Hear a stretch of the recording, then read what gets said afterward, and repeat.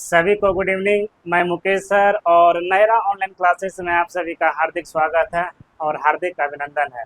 अगर आप लोग मुझे फेसबुक पेज पे देख रहे हैं तो मेरा जो पेज है नायरा ऑनलाइन क्लासेस आप लोग अभी जाके फॉलो करें। अगर आप लोग मुझे इंस्टाग्राम पे देख रहे हैं तो मेरा जो पेज है नायरा ऑनलाइन क्लासेस आप लोग अभी जाके उसे फॉलो करें। अगर आप लोग मुझे यूट्यूब पे देख रहे हैं तो मेरा जो चैनल है नायरा ऑनलाइन क्लासेस आप लोग अभी जाके उसे सब्सक्राइब कीजिए, ठीक है।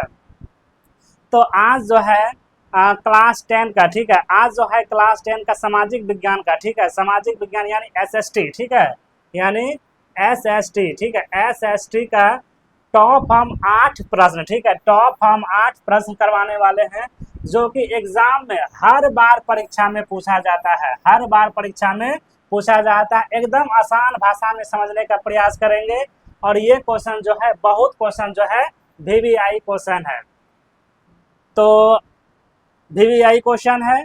तो ये चलते हैं। और एक चीज़ आप लोग के लिए खुशखबरी भी हम रखे हैं, ठीक है। तो ये रहा, ठीक है, ये रहा। तो नायरा ऑनलाइन क्लासेस में होम ट्यूशन की व्यवस्था के लिए भी उपलब्ध है। अगर आप मेरा पढ़ाई से संतुष्टि हैं तो मुझे जो है ना, मुझे जो है इस नंबर पे आप कांटेक्ट कर सकते हैं, ठीक है। ये सिर्फ जो है अपने पंचायत वासियों के लिए ही है, समझे ना। अगर कोई ऑनलाइन ही मेरे पास जो जुड़ना चाहते हैं तो उसे हम व्हाट्सएप के थ्रू या फिर ऐप के थ्रू हम बच्चे को शिक्षा देने का हम प्रयास करेंगे, ठीक है।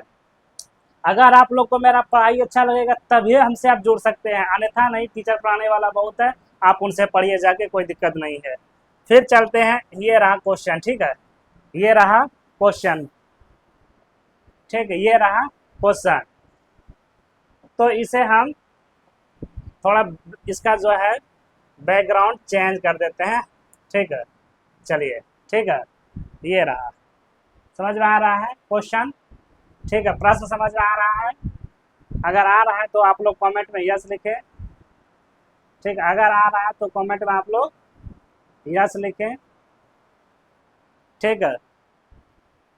हाँ, तो ये क्वेश्चन जो है वीवीआई क्वेश्चन है। तो दिया गया है, पहला जो क्वेश्चन है कहता है फ्रांसीसी क्रांति कब हुई थी, ठीक है, फ्रांसीसी क्रांति कब हुई थी, फ्रांसीसी क्रांति कब हुई थी। ये 1789 में ये हुआ था, ठीक है, ये 1789 में हुआ था। इसका देखिए निष्कर्ष लिखे हैं कि 1789 में, ठीक है, 1789 में फ्रांसीसी क्रांति ने न केवल फ्रांस के में राजतंत्र को समाप्त किया था बल्कि दुनिया को स्वतंत्रता, समानता और बंधुता जैसे विचार, जैसे जिसमें से राष्ट्रवाद की भावनाओं को जन्म दिया था, जब भावनाओं को जन्म दिया था, तो उसे हम लोग क्या कहते हैं, फ्रांसीसी क्रांति कहते हैं। एक चीज आप लोग यहाँ पे याद रखिएगा, ये ऑब्जेक्टिव में क्वेश्चन जो है ना क्लास 12 में भी आने की उम्मीद ज्यादा रहता है कि फ्रांसीसी क्रांति कब हुआ था, 1789 में हुआ था। फिर दूसरा क्वेश्चन दिया गया है, 2 नंबर का जो प्रश्न है दिया गया है जलोढ़ मिट्टी, ठीक है, क्वेश्चन देखिए दिया गया है, कितना बढ़िया क्वेश्चन है, इधर टॉप क्वेश्चन है। उसके बाद ये क्वेश्चन दिया कहता है जलोढ़ मिट्टी का मुख्य विस्तार भारत के किस क्षेत्रों में होती है। तो जलोढ़ मिट्टी, तो यहाँ से कभी कभी क्लास 6, 5 सब में क्वेश्चन निकलता है मिट्टी, ठीक है। आप लोग यहाँ पे नोट कीजिएगा, आप बताने का मुझे प्रयास कीजिएगा। यह हम यहाँ लिख देते हैं मिट्टी, ठीक है, यह हम लिखते हैं मिट्टी, क्या लिखते हैं, मिट्टी, ठीक है। मिट्टी कितने प्रकार का होता है, ठीक है, मिट्टी कितने प्रकार का होता है, ठीक है, प्रकार का होता है उसका नाम लिखे, ठीक है, होता है, ठीक है, यहाँ हो जाएगा होता है, ठीक है, होता है उसका नाम लिखे, ठीक है, उसका नाम लिखे, ठीक है, उसका नाम लिखे। ये क्वेश्चन जो है क्लास हम बोल सकते हैं 5 या क्लास 10 तक ये क्वेश्चन पूछा जाता है। और ये हम वादा करते हैं कि ये जो है मेरे गांव से जितने भी लड़का लोग कहीं पढ़ने जाते हैं तो उसको ये पता नहीं होगा कि मिट्टी कितने प्रकार का होता है और कौन कौन होता है, ठीक है, उसे पता नहीं होगा।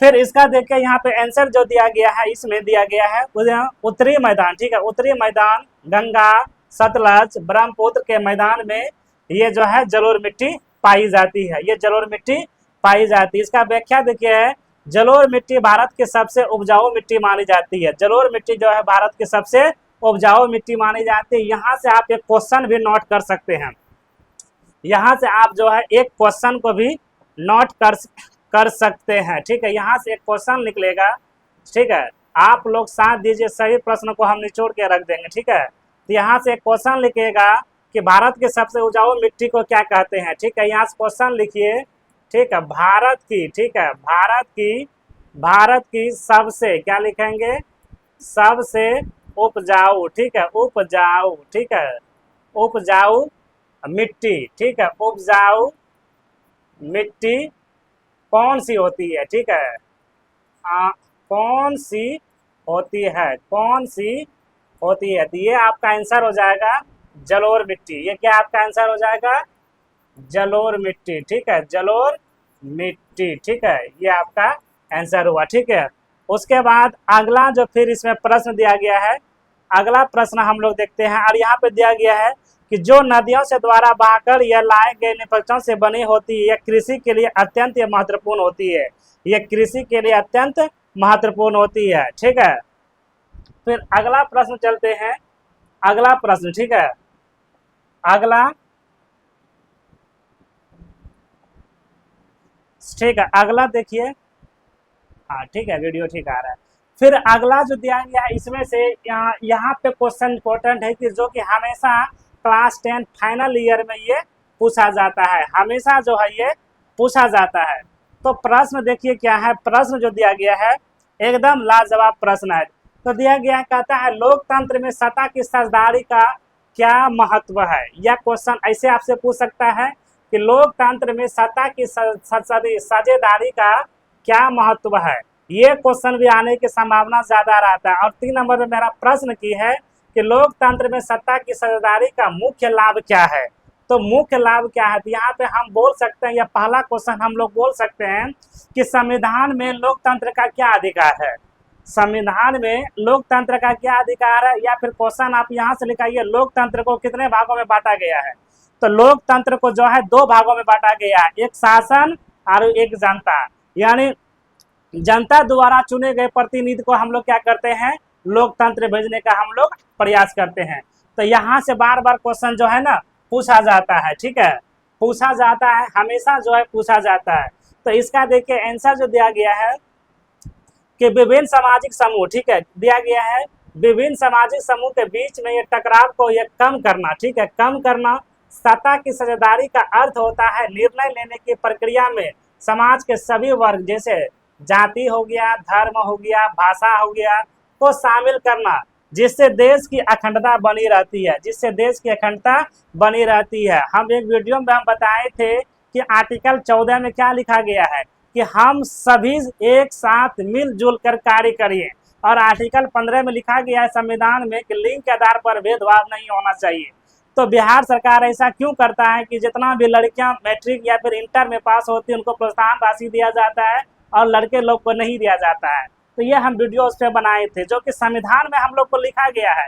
आर्टिकल 14 में लिखा गया है कि किसी भी भेदभाव को नहीं मानना चाहिए। आर्टिकल 14 में ये भी कहता है कि मुझे समानता का अधिकार है। बहुत तरह का आर्टिकल 14 में दिया गया है, जो हम एक नेक्स्ट वीडियो हम ला देंगे, ठीक है।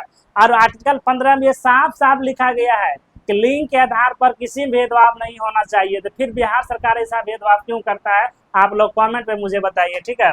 तो ये हो गया। फिर अगला जो प्रश्न दिया गया है 4 नंबर का जो प्रश्न दिया गया है, कहता कौन सी है, मानव विकास के सूचकांक या HDF किस ये संस्थान द्वारा विकसित किया जाता है, किस संस्था के द्वारा विकसित किया जाता है। तो ये जो होता है संयुक्त राष्ट्र के द्वारा, ठीक है, ये जो किया जाता है संयुक्त राष्ट्र के द्वारा। यहाँ से एक क्वेश्चन निकलता है, ऑब्जेक्टिव हम निकालने का प्रयास करते हैं कि संयुक्त राष्ट्र संघ की स्थापना कब हुआ था, ठीक है, संयुक्त राष्ट्र संघ की स्थापना कब हुआ था। आप लोग इसका आंसर मुझे देने का प्रयास कीजिए, ठीक है, संयुक्त राष्ट्र संघ का स्थापना कब हुआ था, ठीक है।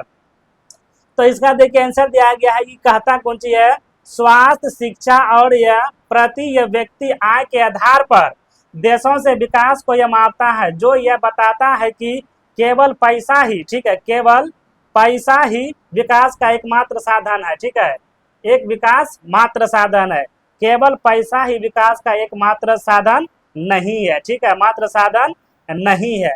लेकिन अभी के युग में क्या हो गया है भैया कि अगर आपके पास पैसा है तो हर चीज है, अगर आपके पास पैसा नहीं है तो समाज में कोई भी आपको पूछने वाला नहीं है। लेकिन ये देखिए संयुक्त राष्ट्र संघ में क्या लिखा गया है कि केवल पैसा ही विकास का एकमात्र पैमाना नहीं होता है, ठीक है, नहीं होता है। लेकिन अभी जो है बाबू पैसा होना चाहिए, ठीक है, पैसा होना चाहिए। एक्चुअली देखिए ये है कि अभी हमारे पास भी पैसा नहीं है, मैडम का तबीयत बहुत जोर खराब है, हम उससे देखा नहीं पा रहे हैं, ठीक है, बहुत खराब है। फिर अगला क्वेश्चन देखे चलते हैं, नेक्स्ट में ये दिया गया है गांधी इमरान समझौता है, ठीक है, गांधी इमरान समझौता दिया गया है, ठीक है। तो ये क्वेश्चन जो है VVI क्वेश्चन है, समझे ना, ये क्वेश्चन जो है VVI क्वेश्चन है। अब बार बार क्लास 10 में ये पूछा जाता है, क्लास 10 में भी हम बोल सकते हैं या क्लास 12 में भी हम बोल सकते हैं, आर्ट्स में, ठीक है, आर्ट्स में ये क्वेश्चन हमेशा बार बार पूछा जाता है। तो कहता कौन सी है, गांधी इमरानवी समझौता कब हुआ था, तो ये हुआ था 1931 ईस्वी में।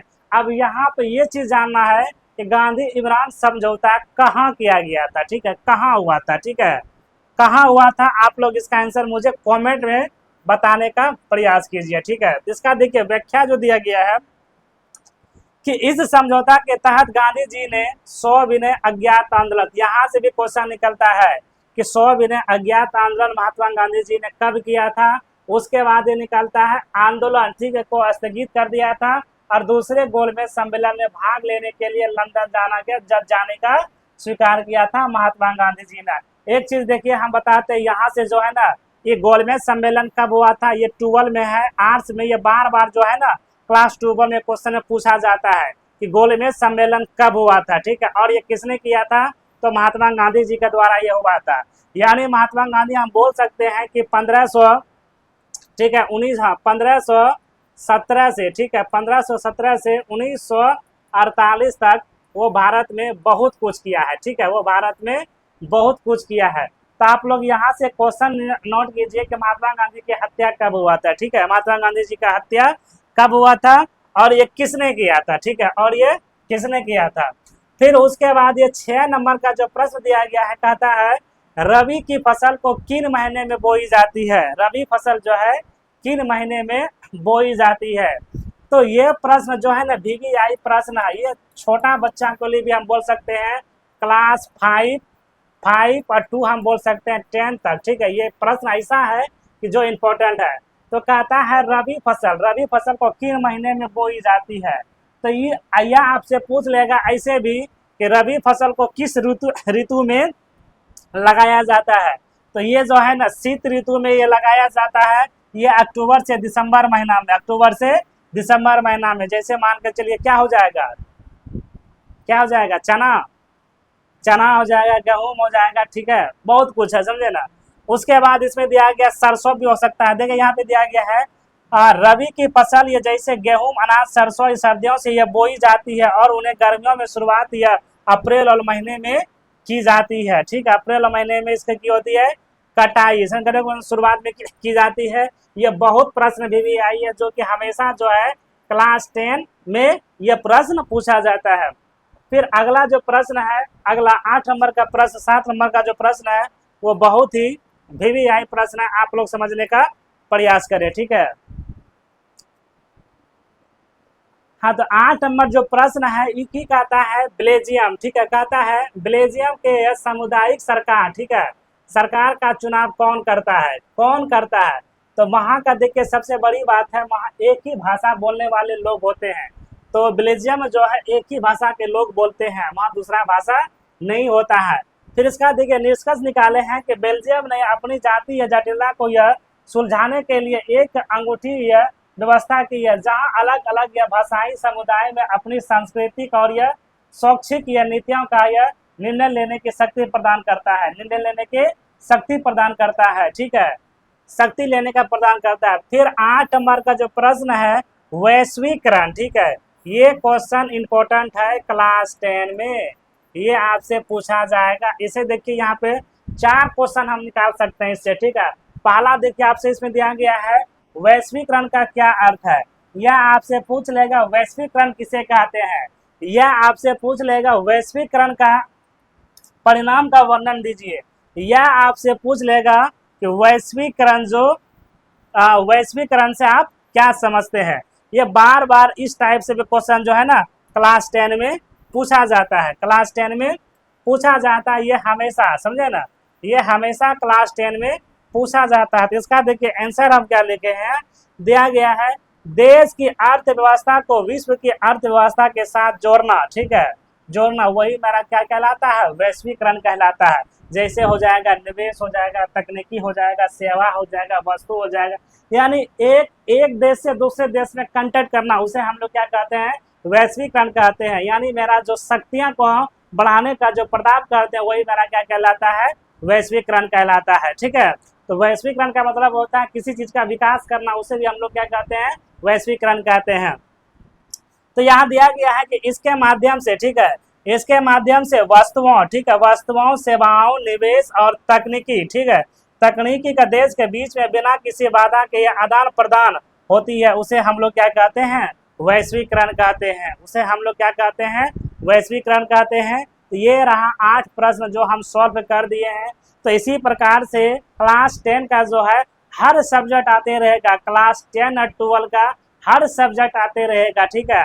अगर आप सभी को मेरा वीडियो पसंद आया होगा तो प्लीज़ आप लोग एक शेयर ज़रूर कीजिएगा और मेरा चैनल को सब्सक्राइब ज़रूर कीजिएगा। फिर मिलते हैं नेक्स्ट वीडियो में, तब तक के लिए जय हिंद।